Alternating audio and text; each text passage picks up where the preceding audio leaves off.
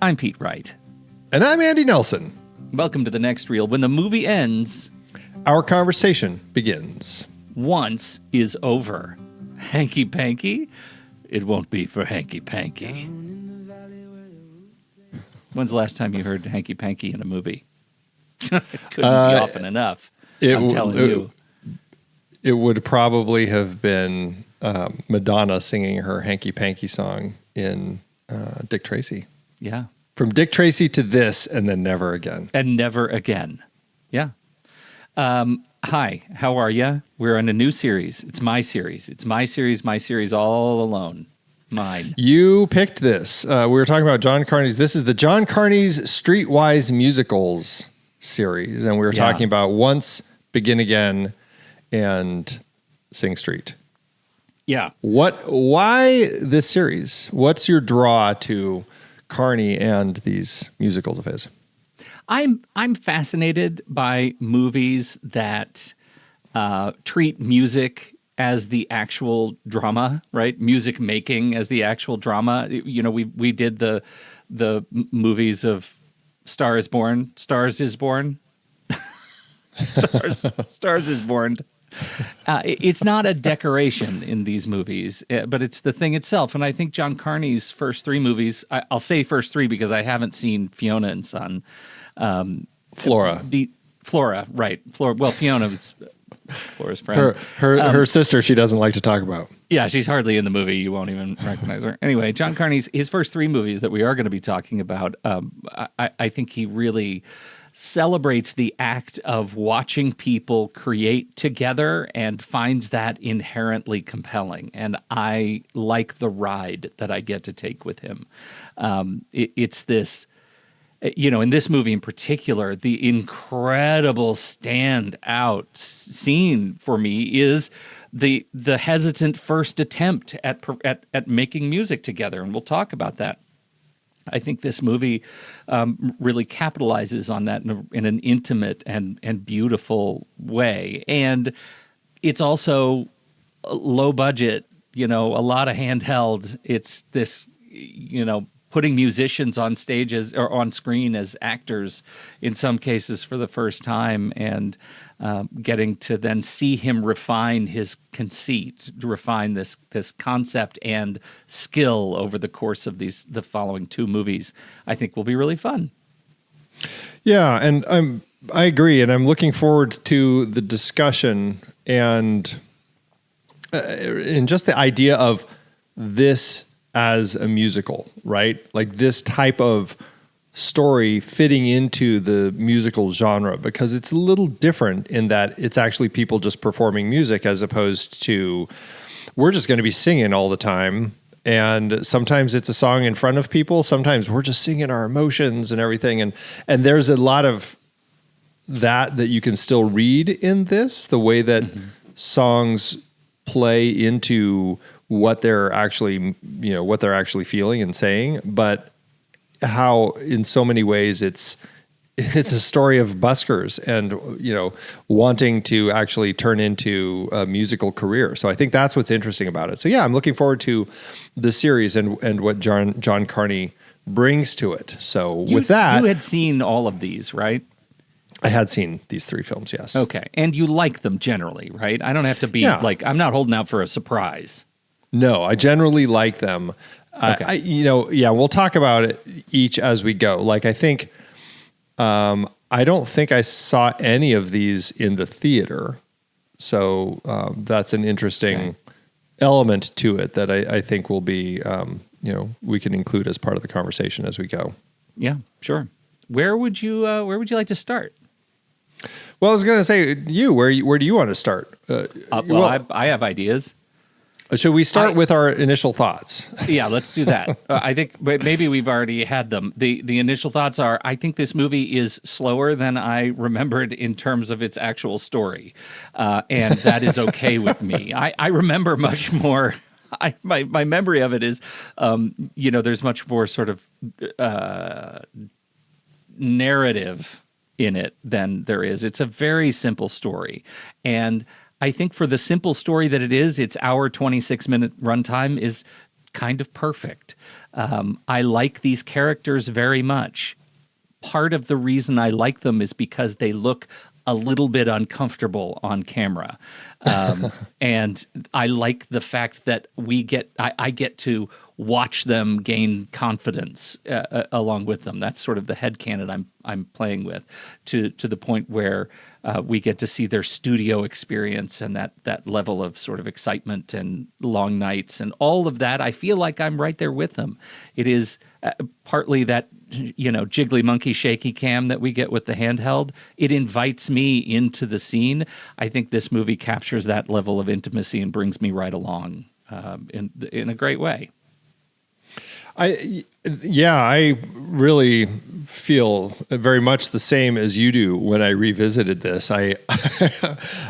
Before I started it, I watched one of the behind the scenes on the Blu-ray that was about making a musical like this. And it's much more dynamic watching the behind the scenes stuff. Well, one of the comments that Glen Hansard said is that he seemed to remember that the movie was 60% music. And I was like, interesting. And then when it started, I'm like, wow, he really was right. Like, they're just always singing. There's always another song to sing. And it's not, as I said earlier, it's not a musical where I'm singing about the journey that I'm on and we're watching a montage as we go across the fields and the fjords. No, we're not doing that here. This is just like, I'm going to sing a song. And now we're going to see her sing a song. And there's a lot of that. And there is a very sweet story at the heart of it. This journey between guy and girl that we have very conveniently not named, although inconvenient when it comes to a point at the end where he's talking to her mother and he says, "Is herself home?" I was like, no, that's a reach. That's a reach when you're going so far as to not name your characters and you have to say something like that. No. Yeah, I don't care for it. but otherwise, I'm like, I know you're Irish, but I think you could use I think better there are grammar. some names I could get. Yeah. But I liked the simplicity of the story. And I think it was a bit of a surprise, though, as I rewatched this, going, wow, it was a lot simpler than I remember. A lot simpler. Yeah. But it was a charmer, and I think where once I get my head back in the frame that I think the movie would like to invite me into, which is very much about the conceit that we're going to be a part of creating music, and it starts on the street and it goes to the studio and it leads through potential opportunity. I find that experience electrifying. The experience, the scenes where we get to see them creating music, for me personally, is electrifying. And I recognize I may be an island, and that others may find this movie boring, but I love the experiences that I've had in studios recording music, and this movie takes me back there to that point of camaraderie and cooperation and collaboration. And I think this movie, because both of these people do this professionally, it was easy, I think, for them to give me that sort of naturalistic emotion. They had done it before. They were doing it. John Carney was the bass player for the band that is in this movie 10 years or 15 years prior. Like, they all knew each other and their experience of making music together. And I think you could feel that on screen. I think that's a great point. The fact that, and John Carney talked about this, the fact that he initially was trying to find actors to play the roles, actors who could hopefully sing. And in the end, he realized what he needed to do is go with singers who could, hopefully act a little bit. Yeah. And that's where he went. And he ended up casting, as you said, these people. I think Glen Hansard is who he had worked with. And Glen had known Markéta Irglová from some other musical stuff that they had been involved in together, and recommended her. My understanding is she was cast in the film at a point when John Carney, whose previous film had starred Cillian Murphy. Yes. And Cillian Murphy was attached to this. And when he told Cillian Murphy that he was going to bring Marketa on to play the part of Girl, he was a little hesitant. It sounds like Cillian Murphy was like, I don't know if I feel comfortable performing opposite somebody who's never acted before, and ended up pulling out of the film. They lost some of their funding. And then he realized that at that point, he's just like, Glen is who I really need to go with. I need to go with someone who has the voice. And then who had written the songs. And who had written the songs, exactly. Glen had been hired to write the songs. So it just made sense. At that time, the film was originally called Busker, which I think is cute. Which is, just for people who aren't familiar with buskers, are street performers, street singers, stuff, right? Yeah, which we see him doing quite a bit. He was doing most of the film. The other interesting thing, because these guys knew each other, Carney and Hansard, because they were in the band together, the Frames, in the early 90s, Hansard, I was watching a Sam Jones interview with Hansard, who says, this was very close to my story, right? My mom and I went to the bank to get the cash to record my demo in the studio that this movie is filmed in. Like that's the same studio. And he said, I told him, I said, I'm not going to do it. It's too close to my story, and I'm a basket case. I'm a terrible actor. He says, no, you're not a terrible actor. He says, okay, but if I'm a bad actor, you have to tell me. Like, don't let me embarrass myself. He said, I can't ruin your reputation. I don't want to ruin the Frames' reputation.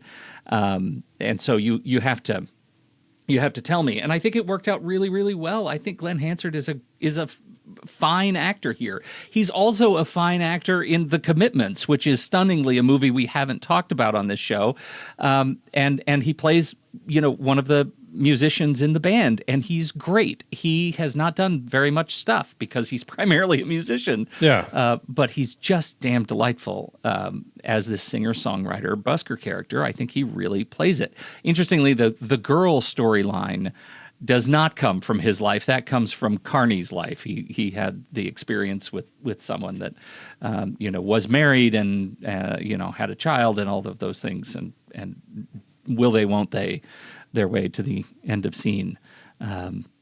But still a lovely sort of ripped from life little experience.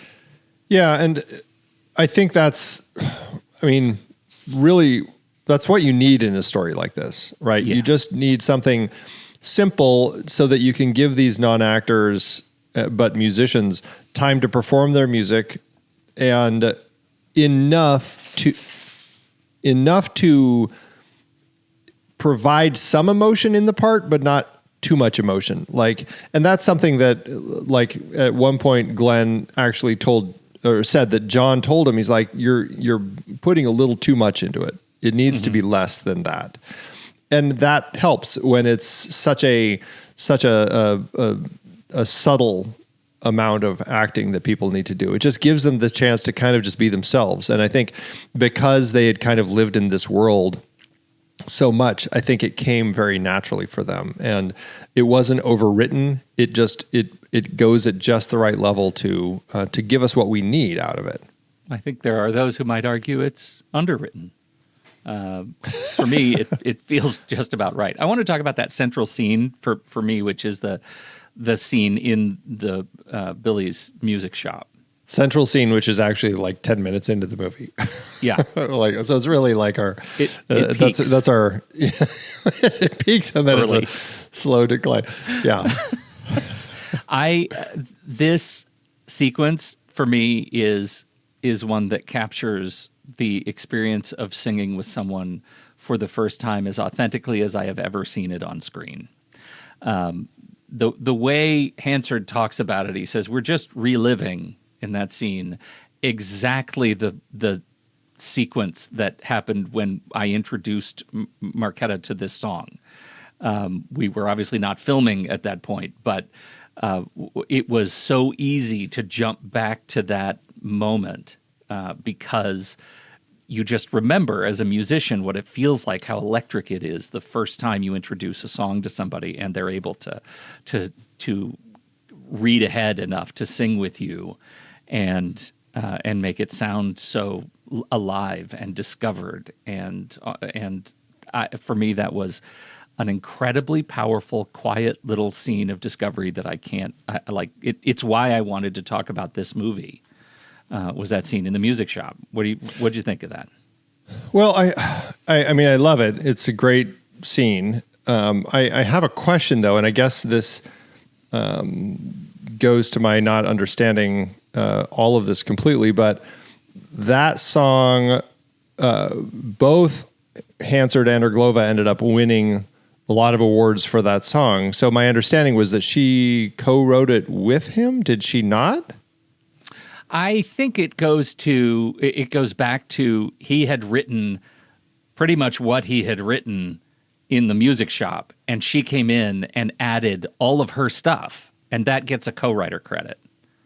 Oh, I see. So we're literally watching essentially kind of the theoretical process of how they co-wrote this song together. So he brought the guitar tune and lyrics, and she came on and brought in all the piano and everything else, harmonies and everything else. I see. Gotcha. Okay. Then that makes sense.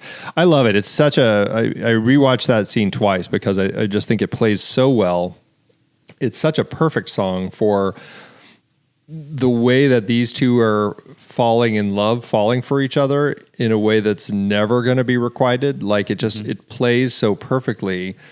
And the way that it builds and it discovers, like we see them kind of discovering the strengths in what each other does and how to work off of that and how to play with that. And as somebody who's, I mean, I've taken piano lessons, but I've never really... You play the piano. I've taken piano lessons. Come on. But I've never played in anything with other people. Like it's just other than, I've never played in anything like you have. Like you've been in situations where you're with a lot of other musical people all doing stuff together. I basically look at notes on a page and try to bang it out correctly. Like that's my extent. And so, it's very different. And it's exciting to see these two people figuring all of that out. And I can still appreciate that, translating into other spaces, like working on scripts or things like that with other people and ideas and stuff. So it's that idea of that creative ideation that they're enjoying so much right here. And it comes across so well. And I love the fact it's such a small moment, but I love the fact that we get one cutaway late in the whole performance to Billy. Just as he's listening and just a little smile on his face. It's like doing a crossword or something. I'm just like, that was, I don't know, it made it even more touching to me that he's picking up on it.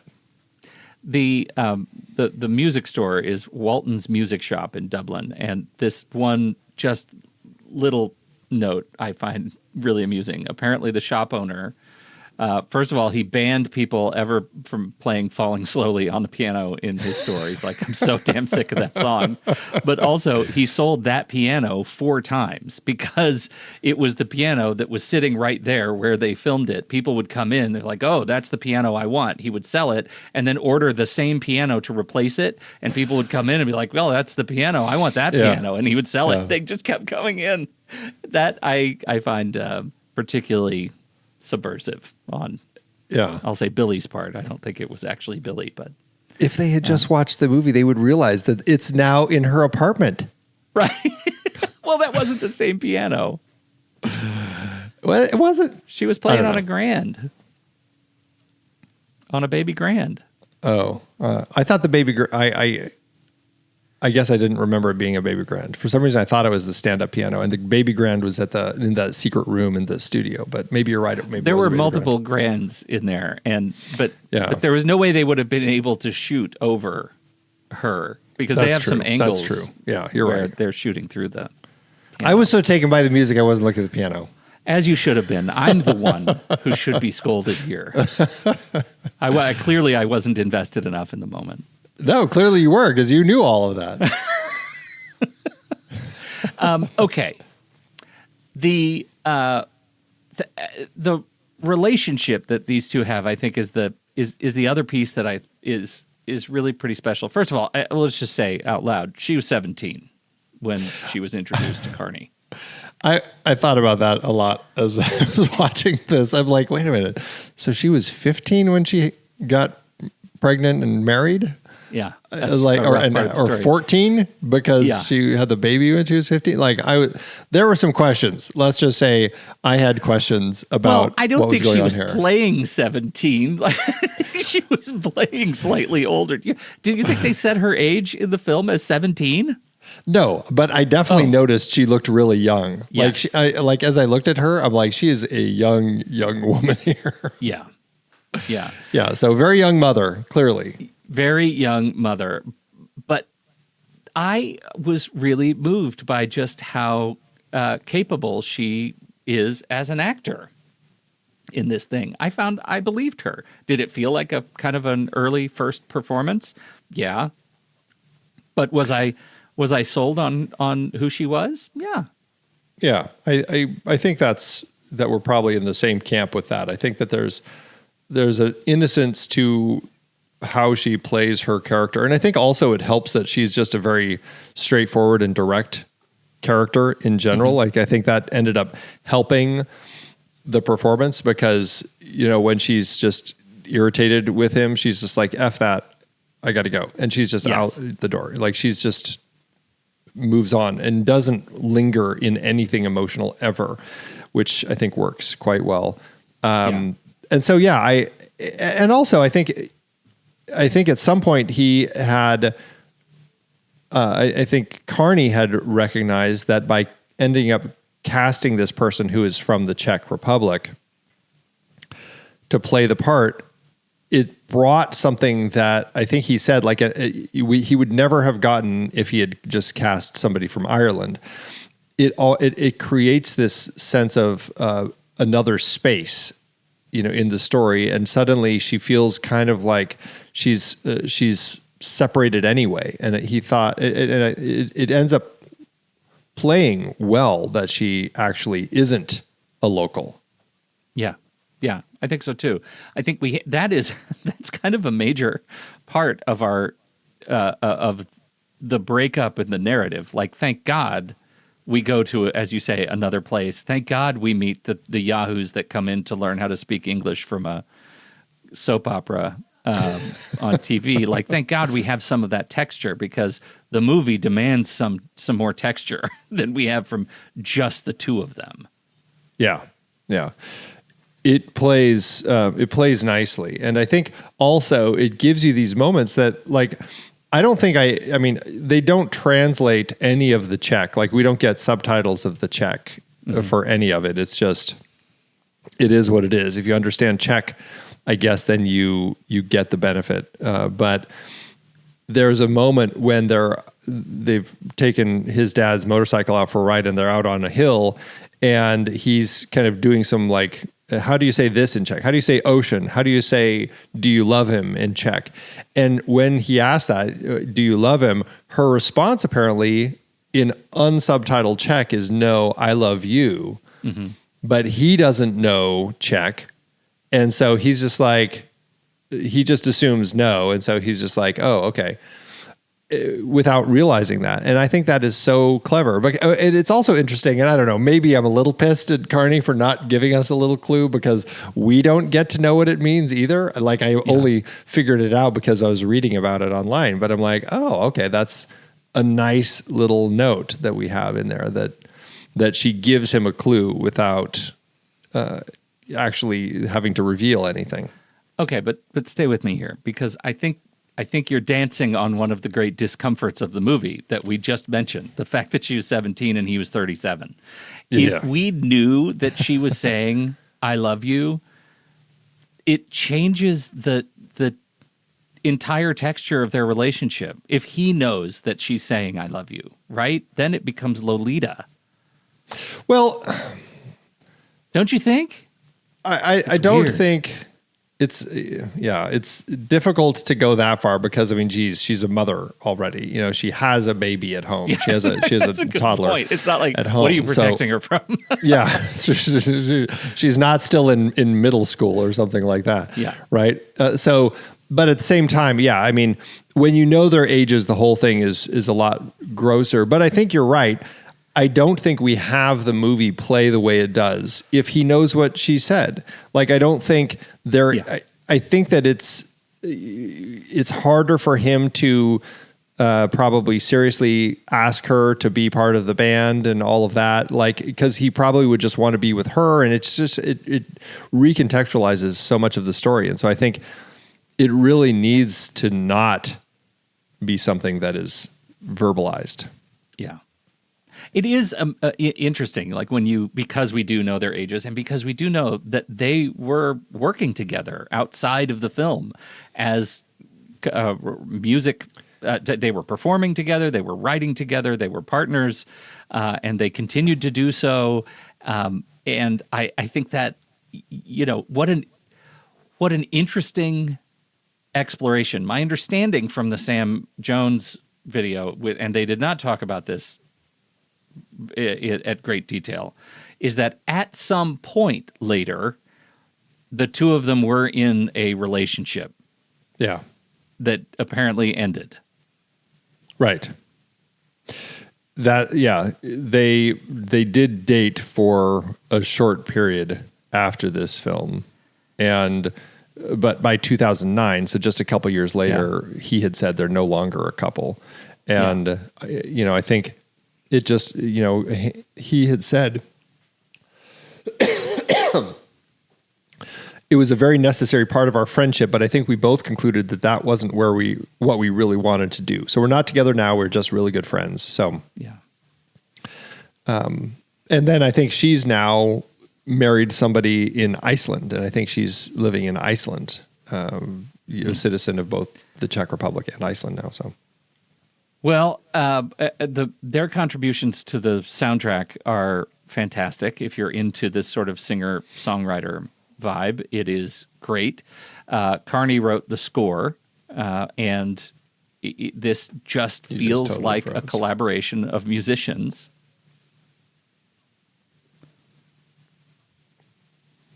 Totally frozen. Somebody Totally flushed a frozen. toilet in Bismarck, and my internet goes down. Yeah. You're saying, anyway. This you were feels saying. like a collaboration between musicians who want to make a movie. And I have a lot of respect for that, because Carney, I mean, I think Carney is a fantastic and astute director of music, and obviously loves music, loves directing videos, loves directing this kind of stuff. And you can see why he is so attentive to letting the music play. But I also think Tim Fleming's photography, the cinematography behind this, shooting this whole thing on, you know, traditional video cameras, gives it a sense of intimacy that will require a lot more work to make it look great once we're all running 8K systems. I don't know. You could still watch the crappy films. It exemplifies the crappiness. Like same thing with 28 Days Later. It's like, yes, Boy, we you can really see the revel in. crappiness. Yeah. You know, they ended up, after the whole drop of Cillian Murphy and changing everything around to go super independent, which, you know, I think John Carney had ended up saying when he found his producers, like, that's kind of what he wanted to do anyway. He wanted to make something that felt really low budget, very authentic. And I think also made it more comfortable for Glen and Marketa anyway, to not have all this giant equipment, giant lighting gear everywhere they were going. Oftentimes when they were out in the streets, they were shooting on long lenses and just let the actors do their thing out in the streets. And people around them had no idea that a movie was even being filmed there. And they were not necessarily shooting with permits. They were just kind of doing a very run and gun sort of project. And I think they managed to capture more of that authenticity because of that. Like, I think that actually helps when you're working with these actors or these singers who are, acting here. I think that gives them the space they need to just kind of end up feeling more natural anyway. Yeah. Yeah, to the point where some of the people who dropped money in the guitar case were actual People, bystanders, right?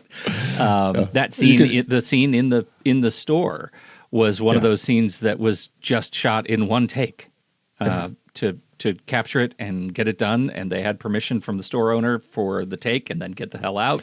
Clearly not the family standing outside the store who are all just like watching, like the camera. They're going from the camera to Marketa, like, what is going on here?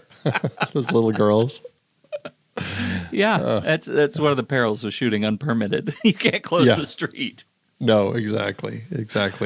But it plays fine, and I think that was what was nice to see, that all of that just ended up feeling natural. I think at one point they were talking about how they just wanted them to be feeling extra natural in this space, and so they started Marketa like 2 blocks away or something to have her walking before Glen would come running up and catch up with her.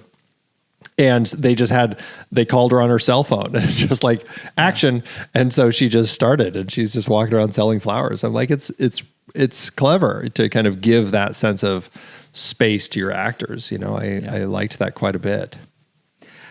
Did anything, as you think about John Carney, the director, I found myself moved by just how sort of effortless he is at revealing things about our characters in a really natural sort of incremental way, right? For a movie that's so simple, we learn about these characters in a way that is paced sort of perfectly. We learn about his ex and the fact that she left, and we learn about that in one of those great scenes where, in fact, he is singing the plot on the bus. Yeah. So, like, that's something that's hard to capture if you're not someone who is completely in tune with their instrument, right? To be able to just hang out and sing improvisationally, banging out chords on the guitar. We get that. We get her husband, the reveal of her husband, the fact that she was married. We learned that she was a mother before we learned that she's still married. All these little reveals feel so perfectly paced, and I guess I was surprised at how good Carney seems to be at doing that in a film this early in his career. Yeah, and I think that goes to just, again, I think we're going back and forth on how little is in this film, because I think that also attributes to why there's so little in this film, right? Yeah. It's allowing these subtle moments to just kind of come very naturally, and we kind of slowly discover them as things go along and as it slowly unfolds. Like we realize, he has an ex. These songs are about his ex when he sings, about being a Hoover fixer sucker guy and all of that sort of stuff, which I think is really funny. But the having that song, I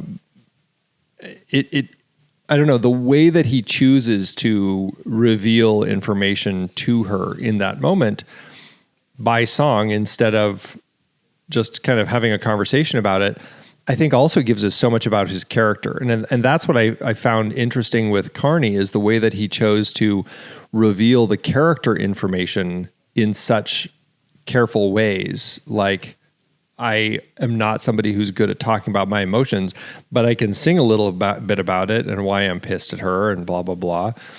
And the little bits and pieces about, like, he has no idea that she has a kid or lives with her mom. She's like, oh, I'll, walk you over to my place. He walks her up and they go in and they're like, this is my daughter. This is my mother. It's like, oh, like he lets us just have these moments that come in a very natural way. Like, we don't have the big dramatic moment. Like, I have to tell you something before we go upstairs. I have a child. Like, there's none of that. It's just people. And I think that's just life. It's something that Carney, I hadn't seen this film in a long time, probably since about 2007 or 8. And so I'm curious now, having revisited this, if I'll be able to find those same moments when we go to Begin Again and Sing Street, you know? Yeah, I mean, I remember principal moments of Begin Again in particular, and context is fuzzy. It'll be interesting. I think I mean, I just going to his sense of story, right? I mean, it's all captured in the end, right? This deliberately ambiguous, not ambiguous ending, which is, I mean, I don't know. Do you feel like the ending, the romantic tension is ambiguous at the end of the film? I don't, I mean, I think what had to happen happened, right? Mm-hmm. She's married. Her husband is returning. Like it sounded like both of their relationships had been over, which is, I think, why they were both in a space to potentially welcome these moments that the two of them had. But we saw he still couldn't let go of Catherine. Like he is singing a song to a video he edited, a footage of her, like that they had shot on their cameras, and so he is still stuck on her. She doesn't sound as stuck on her husband. In fact, it sounds like it was a little rough and he refused to come and stuff like that. But after that conversation, he's decided to move up there and to make good on it. And so, yeah, we end up in a place where they've both, decided, I'm going back to my previous relationship. This was never really meant to be, but it was perhaps what they both needed to move forward and heal the broken relationships that they had been in, That final move where he goes to the piano store and buys her a piano and has it delivered as he leaves, where we have that crane shot that's close on her in their second floor window and then pulls out, and we're looking over the courtyard, people playing, the sun is out, very rare in Dublin, I guess. and meanwhile, he's off, get it on the bus and on the plane heading to London. They both have smiles on their faces. And it feels like that moment we have is a celebration of what it means for an ambiguous relationship to firmly cement itself in the space of a platonic relationship. Like they are creative, a wonderful creative pair, and they had a dalliance with potential romance, and it didn't work, and they can still be good to each other and do things that are loving and kind to each other. And I find that as unambiguous as you can get by the end, like the fact that they are gleefully moving apart to other relationships and with no apparent longing for each other. And I think that is one of the coolest things about this movie.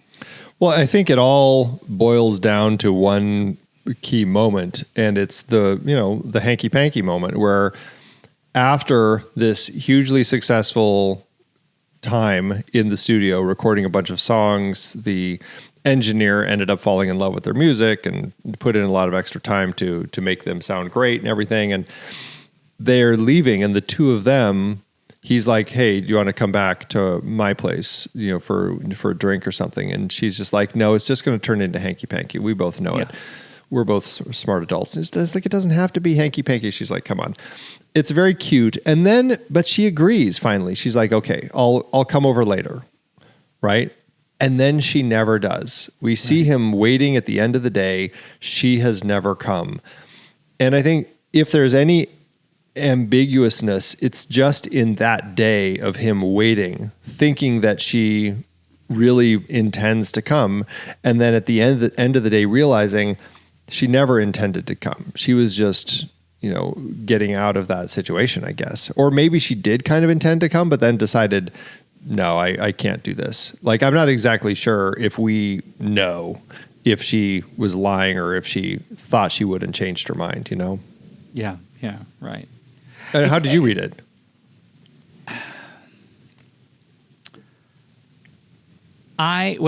For me, I think that probably the inciting incident of her husband telling her that he's coming home happened off camera, or coming to be with her. Well, it happened while they were at the studio, because she tells him that as they're leaving. That's a good point. And so, to me, I read it as someone who just like she made the decision to although this was never said, what my sort of narrative brain fills in is that she did it for her daughter, right? Like she's doing this because she has a commitment to this child and she wants the child to have two parents, and she's going through those motions because otherwise she clearly demonstrates she has agency enough to leave her husband in a relationship that isn't working, right? It's not like she couldn't leave and make it official. There's something about it that draws her back in, and if it's not for her relationship, then who's it for? It's probably her daughter. And so I think she made the mature decision to commit to something new. But did she make it there and lie to him, or do you think that she made it later? Oh, I think she made it later. Okay. Yeah. Yeah, you're probably right, because in everything we've seen of her, she's generally just saying what she feels, and she probably would have just said, "No, it's a bad idea. I got to go." So Yeah. Interesting character. She's such an interesting. This movie is really acutely aware of economic reality. Guy obviously is a vacuum repairman with his dad who busks on the side with a guitar that has far too many holes in it. I was going to ask you about that because it's like, is this like, how many guitar players have guitars that are this abused where they've played so much that they've just completely ended up tearing holes into the wood underneath where you strum? Like that was, painful. Is what that is. I don't know. I mean, I'm not one of those guitar players, but I know they exist. The guitar players who see that kind of road damage as a badge of honor, and maybe frugality, but mostly it's just like this. It goes back to, this machine kills fascists. Like we're gonna tear up our guitars because it's a sign of the road. And his, I think, is also a sign of the fact that he's not yet a professional musician, and he can't afford to keep his equipment in perfect working order all the time. But it's a part of his sound. Like at this point, he's writing his music on this guitar that has a certain tone to it because of its brokenness, and that's special to him. Well, that's what I was going to say, because I was like, well, I'm sure that changes what you're hearing from the guitar, because for sure they're supposed to only have one hole in it, not a whole bunch. Well, and here's another question. Since we're talking about the guitar, this was a question that kind of bugged me, but maybe more guitar players do this than I realize. Why are his guitar strings all uncut? Like, it's just like he's got these, it's like a frayed beaker head at the end of his guitar with just all of these things sticking off. It's like, do many people do that? Yeah. It's really weird. I don't care for it. I'm a tidy guitar person. Like my guitar has tidy strings. Some guitarists, and this also goes to whether or not you're tuning and detuning your guitar, depending on songs. Like you can change your guitar to drop detuning. You can change, and you're gonna be tuning all around the fret where you might want to keep more string. Not that much string. That's insanity. Like he had an extra 8 inches of string hanging off every fret, every pin. The thing that I think is probably going on is he is just kind of run and gun replacing strings because he's battering that guitar every day. And the guitar itself is, as an instrument of wood, is constantly changing and swelling and drying out and swelling. And it just needs a lot of retuning, and he's not paying attention to the strings hanging off the edge because he's just going to change them again, in a number of days or weeks. It doesn't matter. Wow. So it's, Well, that is definitely the behavior of a guy who plays a guitar professionally with giant holes in it. It breaks my heart a little bit because I've got a dear friend who's a guitarist, and he has the same Takamine guitar that Hansard plays in this, and it is in pristine condition because this is a friend of the show, Dodge. It's in pristine condition because Dodge is the sort of Niles Crane of guitar players. Like, it's always perfect. And I'm looking at Hansard's guitar and I'm thinking, that guy what part of him is damaged to the point that he lets that instrument get to that condition? Well, it is a character thing. But that begs an interesting question. Is that a Hansard thing? Like, is this just, they said, just use your guitar because it has a cool look? Or is that a character thing? And they kind of like crafted this way that this guitar looks for the character of Guy? That's a really interesting question. It's interesting because, oh man, I don't know. I'm doing some real-time research because I feel like I need to know. Takamine is such an interesting brand because it's like not a brand that you see in movies a lot, right? Oh, okay. It's not a common, but usually you see like Martin guitars everywhere. I actually wonder if we're going to see Martin guitars in the next two movies. It's like Steinway pianos versus Kurzweil, right? Like it's just an off-brand enough. Given the guerrilla style production, it would not surprise me a lick if Carney didn't go to Hansard and say, "Give me your most charismatic guitar for this movie." Yeah.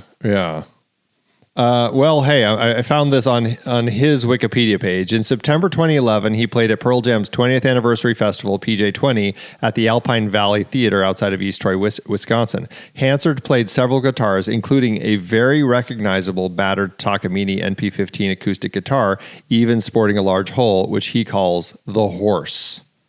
That's it. It's his. So, it's his. Interesting. Unbelievable.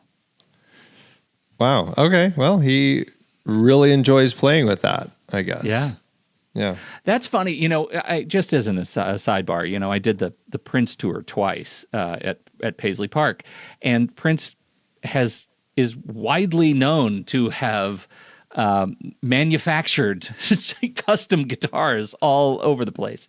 But his favorite guitar is this battered old Warhorse that is in a special case, and it's an acoustic, and it's like yellowed, and you feel like you could buy it for $60 at a starter store, music store, and that was always his favorite guitar to play of all time, and it was just like this. It was like all character, no polish, and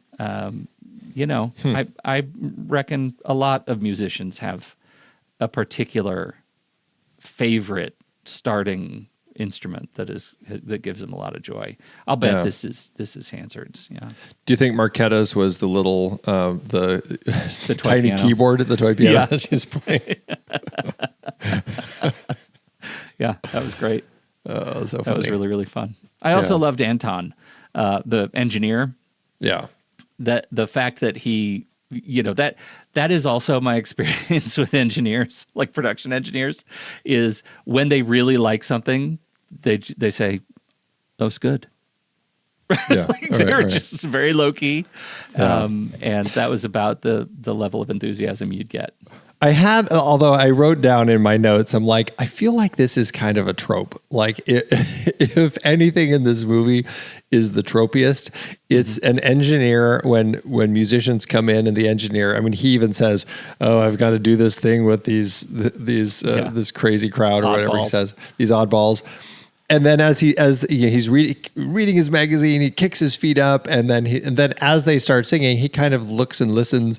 It's like, okay, a trope, and then his comments afterward, like, "Did you write that? Wow!" Yeah. Like, it was so low key. But I'm like, okay, I feel like that happens a lot in these movies with musicians. The other one that came to mind, which was maybe it's a little different, but it's "Oh Brother, Where Art Thou?" when they sing that song and the guy's like, just I don't know. It's funny. It's kind of tropey. It works though because it plays honestly, I guess. I was doing a studio photo shoot with a musician here in Portland, and we were in the studio, and I was clicking away, and I really liked working with this musician because I thought his music was gangbusters. And I listened to it all the time on the demos, and I was very excited for him. And I went into this session with this session engineer, and I expected everybody to be as glowing as I was. And the engineer, it felt like he had all of his emotion just like surgically removed. Because, I'm hearing this music that is transcendent. And he's like, okay, you want to do it again? Yeah. Was that good for you? Do you care? I mean, because it was just like nothing. So, man, that's funny. It is a trope for a reason, I think, is what I'm saying. Yeah. Well, it's a good movie. I think it starts off this series well. A lot of good songs, good soundtrack. I really enjoyed it. Any last things from you about this one? I'm just excited I'm really excited to watch the next two now that we've watched this one again, because I think this has been, I've seen the other two more than I had seen once. And I'm interested in sort of tracing the DNA. My memory of Begin Again is such that I don't remember enough of it, but this movie feels really spiritually akin to Sing Street. And I'm excited to see what a mature Once looks like in Sing Street clothes. Yeah, it's interesting. I never saw Begin Again until just a few years ago, and so it's very new to me. But interesting, I remember little about it, so I'm curious to check it out again and see. Yeah. No, I mean I really loved it. So it sounds like you hated it, but whatever. Worst film I've ever seen. Yeah. Okay. All right, we'll be right back. But first, our credits. The Next Reel is a production of True Story FM. Engineering by Andy Nelson. Music by Dimitrix, Wonderland, Lewis Island, Oriole Novella, and Eli Catlin. Andy usually finds all the stats for the awards and numbers at the-numbers.com, boxofficemojo.com, imdb.com, and wikipedia.org. Find the show at truestory.fm. And if your podcast app allows ratings and reviews, please consider doing that for our show. Sequels and remakes, Andy. I haven't seen any sequels and remakes. Have I missed a lot of them? You maybe have missed the only one, and that is, of course, the stage musical version of this. The New York Theater Workshop is where it first was seen back in 2011, just a few years after this. And then it ended up going on to Broadway in 2012 and won 8 of the 11 Tonys that it was nominated for, including Best Musical. So I take it you've never seen that version of this. I have never seen that version of this. I have never listened to the cast recording of this. Wow. It I'm fascinates surprised. me. Yeah, me too. Me too. I stand before you surprised. I mean, you knew it was a musical. I did. Okay, so it's really your fault. Yeah, no, no one else is here. Yeah. What's interesting is that it sounds like, if I had read it correctly, I think it's just a cast of the two people, and the orchestra plays like the rest of the cast, which is interesting. Like just using the musicians as the musicians, Like, I don't think they're speaking or anything. I was going to say, are they the orchestra's talking? Yeah, I don't think that they are doing that. But I think, okay. I don't know, it piques my curiosity. It does make me want to check it out at some point to see how it plays. Me too. Yeah. Wait. Sorry, I said that wrong. The music is, the cast is the orchestra. That's what I meant to say. So there is no actual orchestra. It's just the people who are in the cast, they are the ones who do all the music for all the musical scenes. Yes. That makes more sense. That makes so much more sense. They're like the band.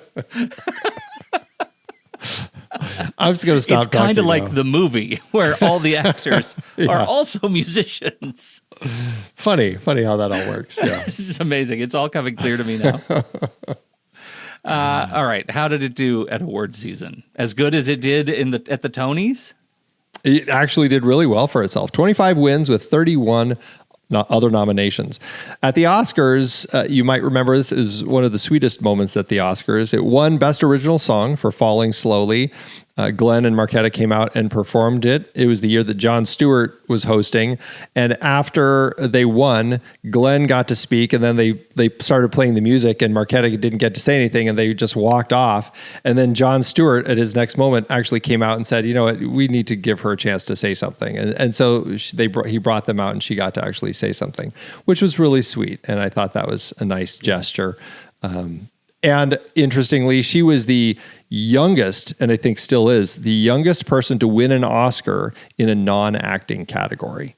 So, yeah, 19. By then, what would she have been, 21? It would have been the 2007 awards. I don't know what when her birthday is, but she was born in 88, so she was 19 at the time of the Oscars. Wow. Yeah, crazy.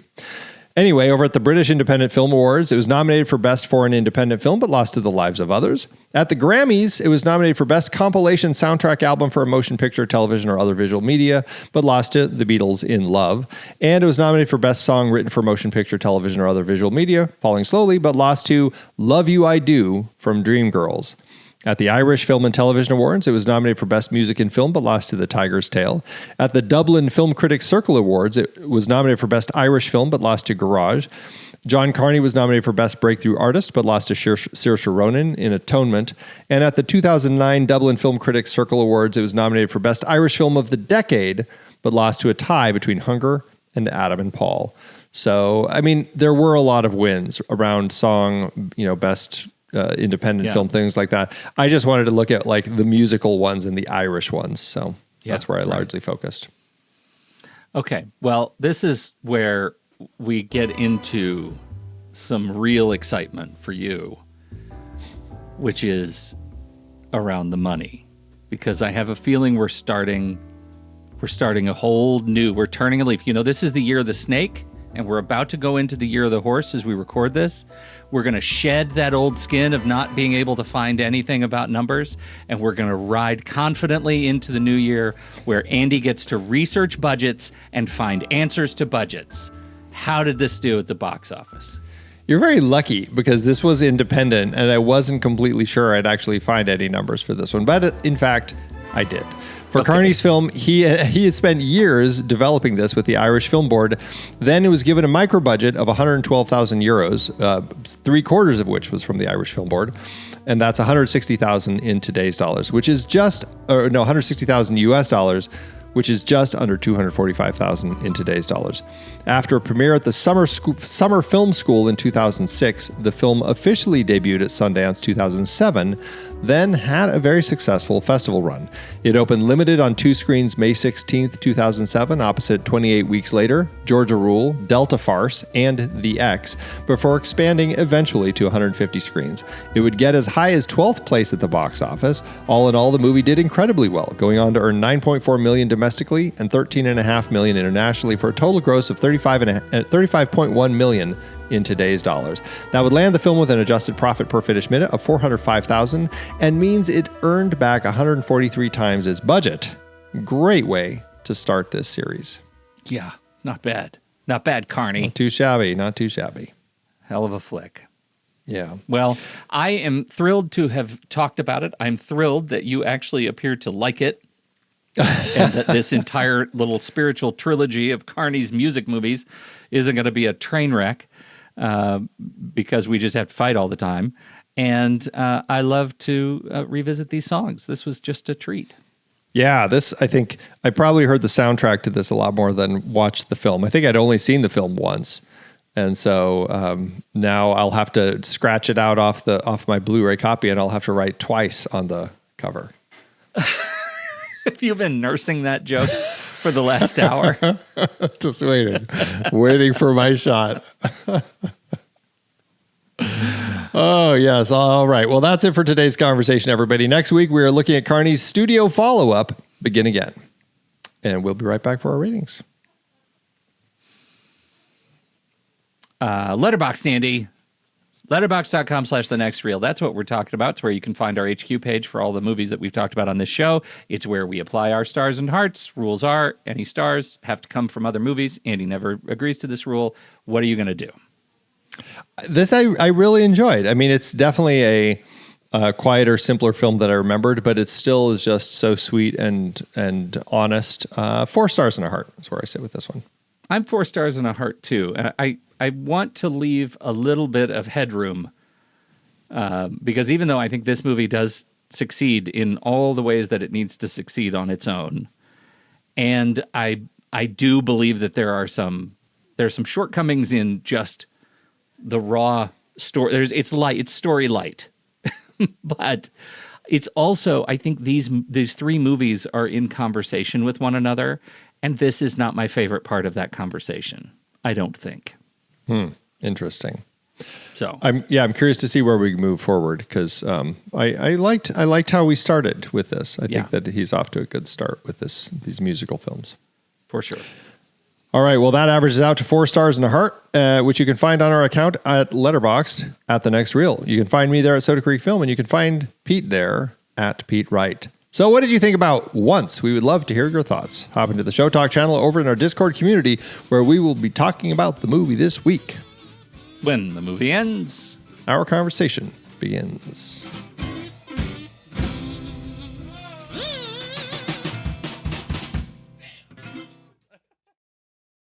Letterboxd giveth Andrew, as Letterboxd always doeth. All right. Which way did you go? I landed at 4 stars and a heart. Oh, okay. Higher than me. Go ahead. Higher than you. I went with Holly, who has this to say. And to think I've been putting off watching this for years because the poster looks like a Hallmark Christmas movie.